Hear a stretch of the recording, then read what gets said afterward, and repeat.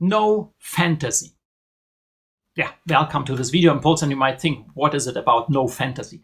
I tell you what, when I'm working with my clients, very often I make one-on-one interviews, and then I ask this question: if you have a magic wand and could change one thing tomorrow, one thing, it could be everything, and would happen guaranteed.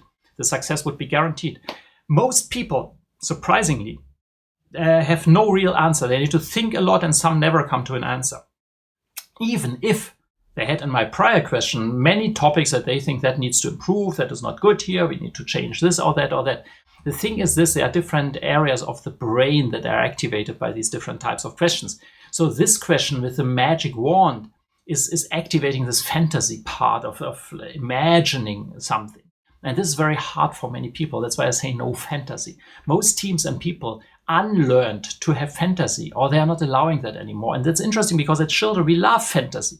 And later on, you see people flocking to movies and watching them if they are fantasy movies. But it's not practiced daily. We can practice daily, and this is a huge competitive advantage. The best teams in the world, the best companies have fantasy. They imagine more things than the average, and this is an important lesson. And here are 3 very brief ideas how you can spark fantasy in your team, in your company. Number 1, very basic. It needs to be a decision, a choice. I see too many companies that never ask that question. They're saying we are as we are just executing our processes, we are doing, even the strategy is like a process, even the vision is just normal. There's nothing that is really decision. Let's do more, let's be more, let's have more fantasy, let's create outrageous things, let's have more imagination in our teams. It's not allowed. I don't see meetings like that. Do these things, and don't do them artificially. Really spark this fire. I do this in my workshops all the time, and it works. Yeah, it works. The thing is to keep them burning, but this you can always by putting more wood into the fire, and that works. People love it. I never see anybody, maybe 1%, 1 out of 100, who doesn't like it. And this person needed maybe personal coaching then. But all others love that.